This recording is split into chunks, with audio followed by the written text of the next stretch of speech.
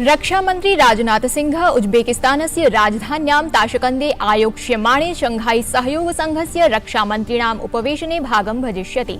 रक्षामन्त्री उज्बेकिस्तानस्य स्वीय समकक्षेण lieutenant general Nizamovich इत्यनेन सह द्विपक्षीय मेलनं विधास्यति। भारतीय समुदायेनापि सह राजनाथ सिंह संवदिष्यति।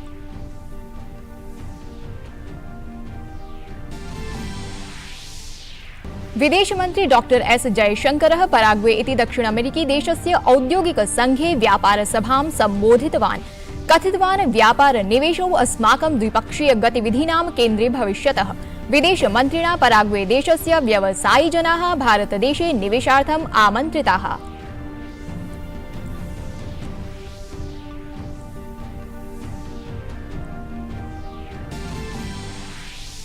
मध्यप्रदेशे महद्वृष्टिमालक्ष्य जलवायु विभागेन अवधानं प्रख्यापितम्।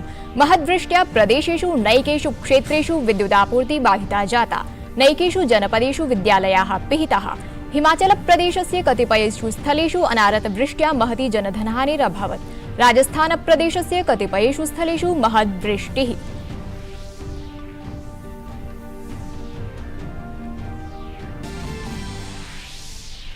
दिल्ल्याः नूतन आबकारी नीति प्रकरणे आरोपिताः आयुक्तः गोपीकृष्णा तथा उपायुक्तः आनंद तिवारी च केन्द्रीय गृह मन्त्रालयेन निलम्बितौ। तत्र भाजपेति दलेन मनीष सिसोदियायाः पदच्युतिः अपि याचिता। ऊर्जायाः वैकल्पिक स्रोतेषु तथा रूसी गैस आयातेषु निर्भरतायाम् अपचित्यर्थं German chancellor Olaf Scholz Canada देशस्य प्रधानमन्त्रिणा जस्टिन ट्रूडो इत्यनेन सह मॉन्ट्रियल नगरे मेलनम् अकरोत्। हाइड्रोजन स्रोतस्य आपूर्ति विषये द्वयोः देशयोर्मध्ये अनुबन्धं शीघ्रं भवितुं शक्नोति।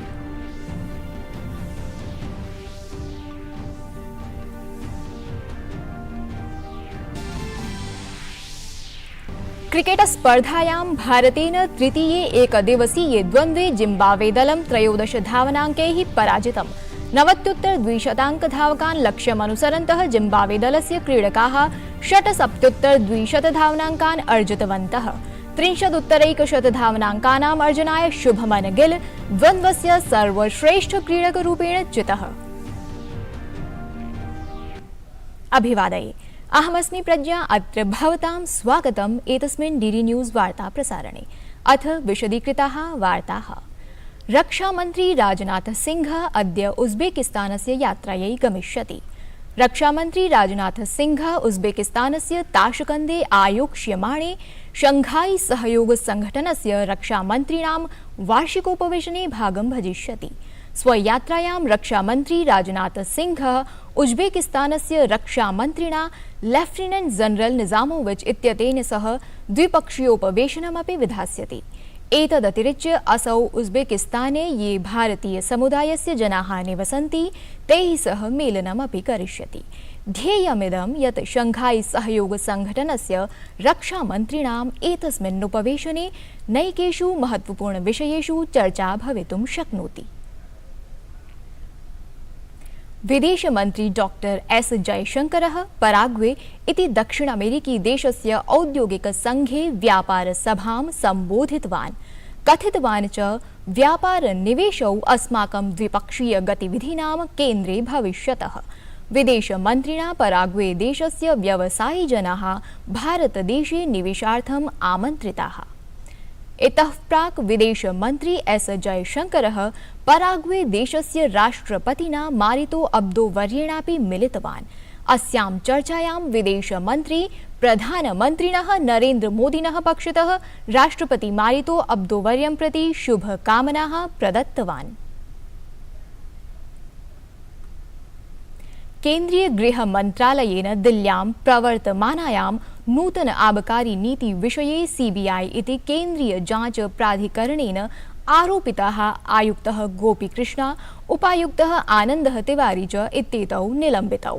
दिल्ल्याः उपराज्यपालः विनय कुमार सक्सेना नूतन आबकारी नीत्याः सम्बन्धे आबकारी विभागस्य 11 अधिकारिणां विरुद्धे गंभीर त्रुट्यर्थं निलम्बनात्मिका, अनुशासनात्मिका च प्रक्रिया संस्तुतवान्।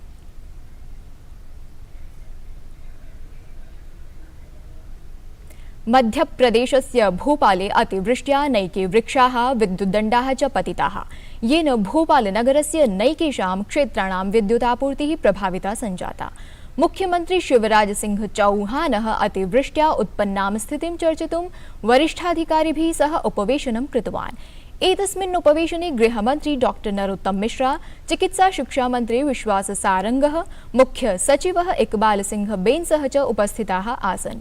मुख्यमंत्री विदिशायाः जनपदाधिकारिभिः सह दूरभाषेण चर्चितवान् तथा च साहाय्योद्धारकार्याणां सूचनां प्राप्तवान्। मुख्यमंत्री भोपालस्य जनपदाधिकारिणं बैरसियायां साहाय्योद्धारकार्येभ्यः प्रेषितवान्। मुख्यमंत्री चौहानः भोपाले नैकेषां जलबन्धानां द्वारोद्घाटनस्य स्थितेः अपि समीक्षां कृतवान्। अनेन सहैव भोपाल, रायसेन, सीहोर, विदिशा, राजगढ़ क्षेत्रेषु अतिवृष्टेः स्थितेः समीक्षां च कृतवान्। तत्रैव भोपालनगरे आयोजिते सहकारी संस्थानां कार्यक्रमे केन्द्रीय कृषि मंत्री नरेन्द्र सिंह तोमरः कथितवान् यत् सहकारितां वयं यावत् दृढीकरिष्यामः, देशे कृषि व्यवस्था तावदेधिष्यते। भावना प्रबल होगी, हम एक दूसरे का सहयोग करके एक दूसरे की ताकत बढ़ाएंगे और जब इस भाव से हम एक दूसरे की मदद करने की कोशिश करेंगे तो आप ये मानकर चलो कि ताकत देखने में हमारी बढ़ेगी, लेकिन उसका परिणाम देश की ताकत बढ़ाने के लिए होएगा। केन्द्रीय गृह मंत्री अमित शाह भोपाल यात्रायां रवीन्द्र भवने मुख्यमंत्री पुलिस आवास इति आरक्षीणाम् आवास योजनान्तर्गतम् आरक्षीणां गृहाणां प्रशासनिक भवनानां च लोकार्पणं कृतवान्। केन्द्रीय गृह मंत्री 69,61,200 कोटि रूप्यकात्मकानां 4,13,00 आवासीय भवनानां 91,67,00 कोटि रूप्यकात्मकानां 54 प्रशासनिक भवनानां च लोकार्पणं कृतवान्। सहैव गृहमन्त्री मध्यप्रदेशस्य 10 आरक्षि प्रशिक्षण संस्थानां 10 डिजिटल स्टूडियो इत्येतेषां केन्द्राणां च शुभारम्भं कृतवान्। गृहमन्त्री भोपाले राष्ट्रिय न्यायालयिक विज्ञान विश्वविद्यालयस्य भूमिपूजनमपि कृतवान्। एतस्मिन्नवसरे गृहमन्त्रिणा आरक्षिबलं प्रशंसितम्। तेनोक्तं यत् देशस्य एकतायाम्, अखण्डतायां च आरक्षिबलस्य महत्वपूर्णम् अवदानमस्ति। अब तक जितने भी युद्ध हुए उसमें जितने जवान शहीद नहीं हुए, 35,000 से ज्यादा पुलिसकर्मी इस देश की आंतरिक सुरक्षा को मजबूत करते हुए अपनी जान गंवाए हैं, अपनी जान को देश के लिए न्यौछावर करा है। तब जाकर ये देश सलामत है। आज शांति का एक नया युग शुरू हो रहा है। अगर ये पुलिसकर्मी चाहे कहीं पर भी ड्यूटी करता हो, कश्मीर से कन्याकुमारी और कामाख्या से द्वारका तक, वो मुस्तैदी से न खड़ा हो तो ये संभव नहीं है। गृहमन्त्रिणा उक्तं यत् भोपाले निर्माणशीले राष्ट्रिय न्यायालयिक विज्ञान विश्वविद्यालयः नैकेभ्यः युवजनेभ्यः एतस्मिन् क्षेत्रे कार्याय अवसरान् प्रदास्यति। फोरेंसिक साइंस के क्षेत्र में कुशल प्रबंधक, ट्रेन मैन पावर और व्यवस्थाओं की जो क्षति हमारे देश में महसूस की जा रही है, उसको पूरा करने के लिए नेशनल फोरेंसिक साइंस यूनिवर्सिटी का 27 एकड़ भूमि में एक परिसर आज यहां भूमि पूजन होने जा रहा है, जिससे मध्य प्रदेश के हजारों युवाओं को राष्ट्रीय और अंतर्राष्ट्रीय स्तर पर फोरेंसिक्स के क्षेत्र में काम करने का मौका मिलने वाला है। गृहमन्त्रिणा इदमपि उक्तं यत् विधि व्यवस्थायां परिवर्तनं भवेत्, येन अपराधिभ्यः दण्डं प्रदातुं फोरेंसिक प्रमाणानाम् अधिकाधिकं प्रयोगं भवितुं शक्नोति। केंद्र में गृह मंत्री बना तब हम सीआरपीसी, आईपीसी के अंदर, एविडेंस एक्ट के अंदर आमूलचूल परिवर्तन कर रहे हैं। एक एक धारा को बदलकर आज की जरूरियात के हिसाब से बनाना, पुलिस का कार्य पद्धति को पूरी तरह से आधुनिक, संवेदनशील और लक्षित बनाना। इस पर जब हम काम कर रहे थे, एक विचार ऐसा है कि 6 साल से ज्यादा जिसमें सजा है वो सारे गुनाह के अंदर फॉरेंसिक साइंस के एविडेंस को कंपलसरी करना चाहिए, इसकी विजिट कंपलसरी करना चाहिए। अब अंग्रेजों का शासन नहीं है, हमारा खुद का शासन है, क्यों 3rd डिग्री उपयोग करना? मगर रोकथाम तो करनी है, गुनाहों की करनी है तो वैज्ञानिक एविडेंस लाना पड़ेगा।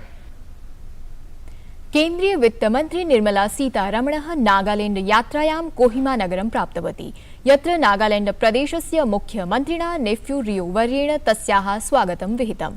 वित्तमन्त्री राजभवने राज्यपालेन प्रोफेसर जगदीश मुखी वर्येण सह संवदितवती।